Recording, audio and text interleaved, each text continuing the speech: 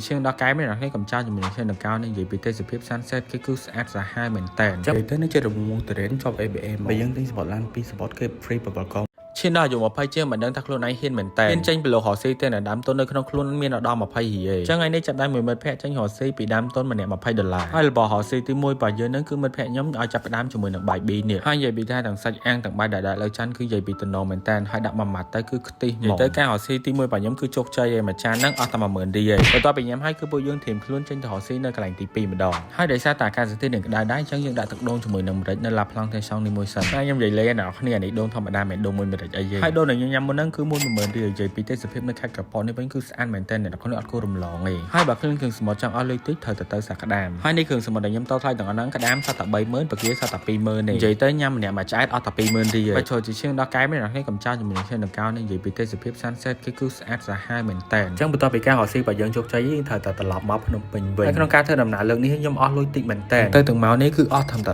$10ដោយសារតែឥឡូវហ្នឹង e-booking កំពុងតែមាន promotion ពិសេសមិនថាឡានទូចមិនថាឡានក្រុងឡានគេងជប់ឬមួយក៏ឡានគេងថ្ងៃអ្នកធ្វើដំណើរពីខេត្តសៀមរាបទៅខេត្តកប៉ោនឹងទទួលបានការបញ្ចុះតម្លៃ$6ហើយពីភ្នំពេញទៅខេត្តកប៉ោវិញក៏មានការបញ្ចុះតម្លៃ$3ដែរហើយដូចខ្ញុំជិះឡានតូចមកខេត្តកប៉ោនេះមួយជើងអត់តែ5រៀលដោយសារ e-booking កាលមុនមានតែភ្នំពេញសៀមរាបតែឥឡូវនេះមានភ្នំពេញកប៉ោទៀតនិយាយទៅនេះជារង្វង់ទៅរៀនជាប់ ABM បើយើងទិញ support ឡាន2 support គឺ free បបកមួយទៀតអញ្ចឹងបើចង់មក promotion ហ្នឹងប្រញាប់កក់ឲ្យហើយតាម app ក៏បានទៅដល់ទីតាំងមកក៏បានដែរ